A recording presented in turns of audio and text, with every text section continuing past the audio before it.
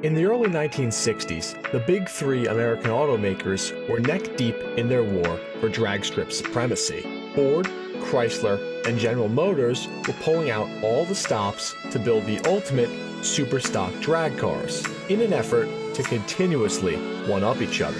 Chevrolet had their 427-powered Z11 Impala, and Chrysler had their wicked 426 Max Wedge engine stuffed into the Plymouth Savoy and other cars.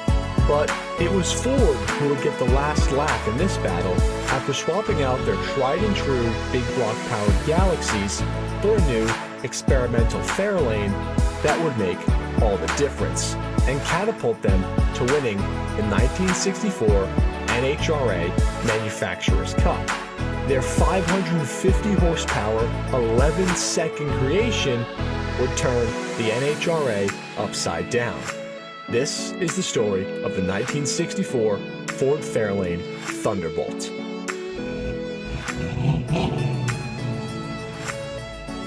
Before we can go into the Thunderbolt itself and why it was such a powerful force on the strip, we need to set the stage. In the early 1960s, the pony car wasn't even a thing yet. The Mustang, Camaro, and Challenger were yet to be introduced, which meant that the big three automakers would be duking it out with full-size cars primarily. Ford, for when it was competing in the NHRA Superstock Series in the early 60s, was primarily running their full-sized Ford Galaxies. Initially, in 1961, the Galaxy was powered by a hopped-up 390 cubic inch V8, which was starting to get routinely outgunned by the bigger 400-plus cubic inch engines from the competition from GM and Chrysler. By 1962, Ford had released a 406 cubic inch version of that 390, which was now comfortably sitting over 400 horsepower. And things started to go better for the Ford-powered Superstock cars after this engine change, and they were actually beginning to win on a pretty consistent basis. Then, in 1963, Ford dropped their 427 cubic inch version of their engine to replace the 406, which is where the story of the legendary 1964 Thunderbolt begins. Now, the 1963 Galaxy Lightweight, which was the car that preceded the Thunderbolt, with the 427 under the hood, was a pretty fast car. The problem with all the Galaxies, though, was that they just had a little bit too much weight to have to push around for a racer's liking. Even with all of the weight reduction that everyone tried to do, the Galaxies, at the lightest they could get them, were just over 3,400 pounds. And for 1964, the minimum allowed weight for that class would be 3,200 pounds. So if all the manufacturers had engines that made similar power, then that 200 pounds of extra weight that the Galaxy carried could make or break its success. Now enter the Ford Fairlane. The Fairlane was a more mid-sized offering from Ford that had a serious weight advantage. Fully unloaded and dry, they tipped the scales at about 3,000 pounds, which meant that with fuel, a driver, and a bigger engine, these cars would be much closer to that 3,200 pound weight limit than the Galaxies were, which would give the Fairlane quite the edge over the Galaxy. But in order to race this Fairlane trim, they would have to build 100 road-going cars of the same spec to meet NHRA requirements. And the main elephant in the room with doing so would have to be the one under the hood, the 427. See, the Fairlane at the time was only available with a 289 cubic inch small block as its largest engine option, which, as you can imagine, is considerably smaller than a 427 cubic inch big block Ford. So in order to fit the 427 in the Fairlane chassis, things had to be shifted around, including the battery being relocated to the trunk, having the shock towers notched, and a custom set of tubular headers made that had to be routed in some not-so-simple ways in order to fit the engine in the engine bay, which now was very low on clearance. And the 427 that was eventually fitted to the Thunderbolt, specs-wise, was an absolute beast of an engine. On paper, they made allegedly about 425 horsepower. but actual estimates put these cars well over 500 horsepower, with some people even claiming they were closer to 600 horsepower. And based on the specs I'm about to share about the Thunderbolt's 427, comment down below about how much power you think that these cars actually make. The Thunderbolt spec 427 engine ran a stout 12.7 to 1 compression ratio. It had a wicked set of high-flowing heads on it, complete with a particularly nasty cam as well.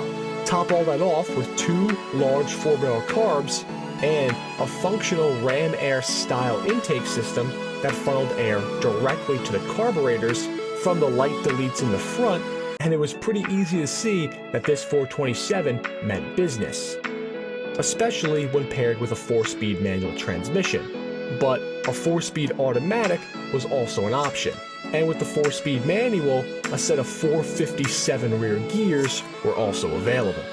Now, while the drivetrain in the Thunderbolts was pretty crazy, they didn't just get this slick drivetrain upgrade either. Even though the base Fairlanes were considerably lighter than the Galaxies were, they still had to strip these cars down to get every tenth of a second that they could at the strip. And some of this weight reduction included throwing the stock Fairlane seats in the trash and replacing them with the super basic flat seats from the Ford Econoline van, and pretty much removing every single thing from the interior that didn't necessarily have to be there. We're talking the radio, sound ending, sun visors, armrests, and they even deleted the passenger side windshield wiper at that point because why not?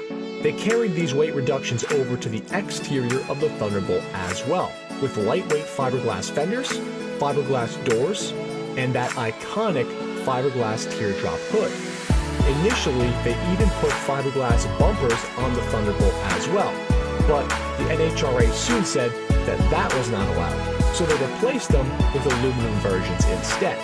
The 1964 Thunderbolts used 289 equipped Fairlanes as the base vehicle for which they would be built on, because they came standard with the Ford 9-inch rear, which was the only one that would be able to handle the consistent abuse that these cars would go through at the strip. And Ford was able to hastily build all 100 units of this car to make it eligible to race as per NHRA rules. 50 of the 100 Thunderbolts were built with a 4-speed manual, and the other 50 were automatics. The first 11 cars that were built were all painted burgundy, and then the remaining cars all came in Wimbledon white, which was also the white used on the Shelby GT350 as a fun side fact. But with all that work and time behind the scenes transforming the docile Fairlane into the ravenous Thunderbolt, did Ford get the payoff that they wanted? The answer is yes. They got everything they wanted and more. These Thunderbolts were about as close to a rocket ship as you could buy from the factory. 11-second quarter-mile times were very doable for the Thunderbolt, with some of the best times in period coming in at the very low 11-second range.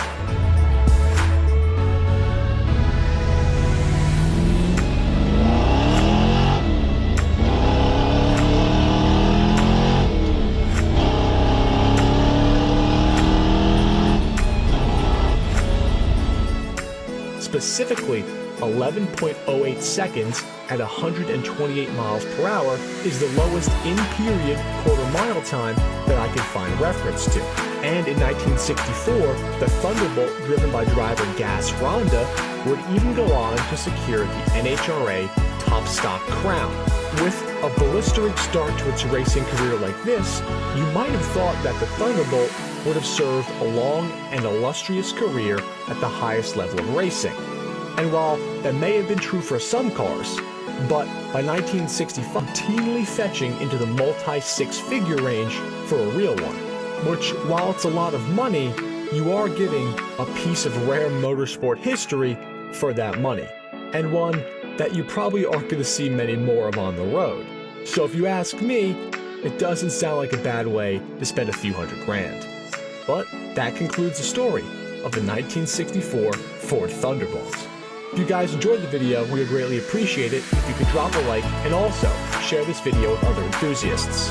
Also, please make sure that you are subscribed to the Rare Cars YouTube channel and smash that notification bell for more documentary-style videos just like